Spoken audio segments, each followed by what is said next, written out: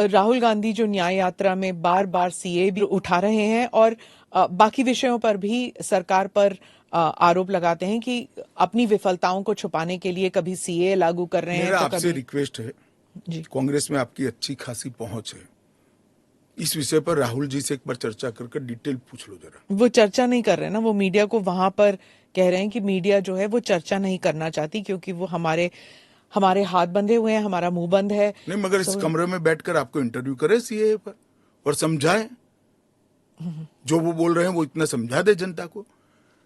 राजनीति के अंदर आपके निर्णय को जस्टिफाई करने की जिम्मेदारी आपकी होती है। जैसे मेरी सरकार का फैसला है सीए, इसके बारे में मेरी पार्टी के तर्क, मेरी गवर्नमेंट के तर्क और क्यों ये देश के हित में है मुझे समझाना पड़ता है।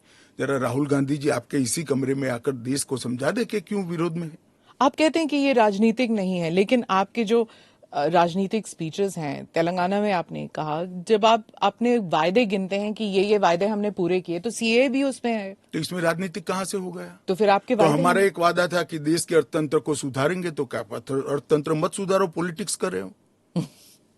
फिर राजनीति कहां से हो गया? हम मानते हैं सीए देश के हित में है, इनका अधिकार है, इसलिए हमने दिया है। पॉलिटिक्स कहां से? वो भी कहना देना चाहिए। अगर राजनीतिक फायदा है तो उनको कौन रोक रहा है? पर सीए पे तो बहस हुआ नहीं ना, वो बात पास हो गया, उसके बाद पास कैसे हो गया? पार्लियामेंट में पूरी बहस करी हमने। तो अगर 400 सीट आते तो क्या वो फुल लाइसेंस हो जाता है कि आपके हिसाब से कि जनता ने कहा कि हमने आपको 400 सीट दी है, अब आप जो भी देश हित में समझे वो करते जाइए। ऐसे लाइसेंस जिन्होंने उपयोग करे, हमने तो कभी नहीं करे। हमने तो जनता ने जब जब आशीर्वाद दिया बड़ी जिम्मेदारी के साथ देश चलाया, चाहे अटल जी हो चाहे नरेंद्र भाई। इंदिरा गांधी ने एक बार लाइसेंस का दुरुपयोग किया था और फिर स्वयं चुनाव हार गई थी। तो इसका भी मैकेनिज्म पड़ा है ना। जो लाइसेंस का दुरुपयोग करेगा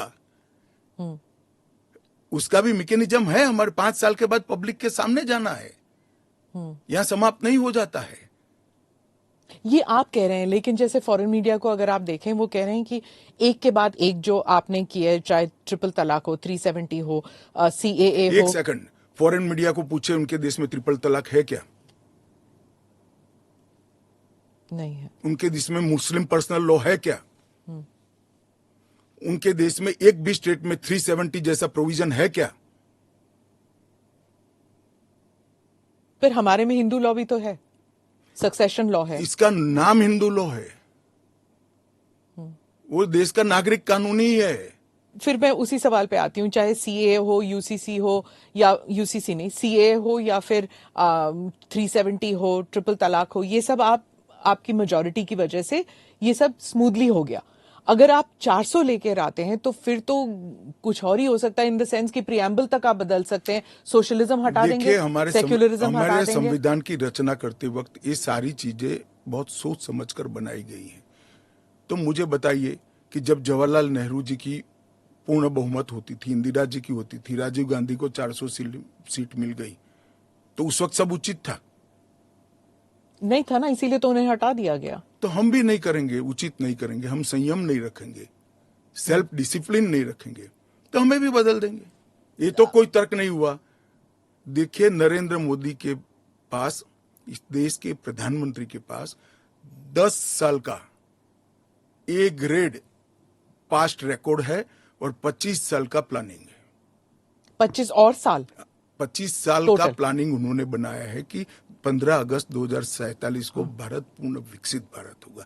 और उन्होंने पहली बार सरकार की मदद से नहीं, देश के 130 करोड़ लोगों को आह्वान लेकर संकल्प करा है कि सभी लोग जुटे, और ये 25 साल भारत को महान बनाने के 25 साल है।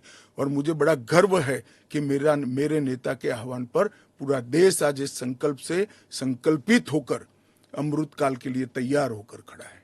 इसके साथ साथ इस देश में गुड गवर्नेंस, इस देश के अर्थतंत्र को दुनिया के प्रमुख अर्थतंत्रों में शुमार करना, दुनिया भर के टेक्नोलॉजी और R&D के लिए एक प्लेटफॉर्म बनाना, भारत को मैन्युफैक्चरिंग का हब बनाना, भारत को हर क्षेत्र में आत्मनिर्भर बनाना, इस देश की शिक्षा व्यवस्था को दुनिया के साथ और दुनिया से आगे ले जाने का प्रयास करना, ये सारी चीजें हमने करी है।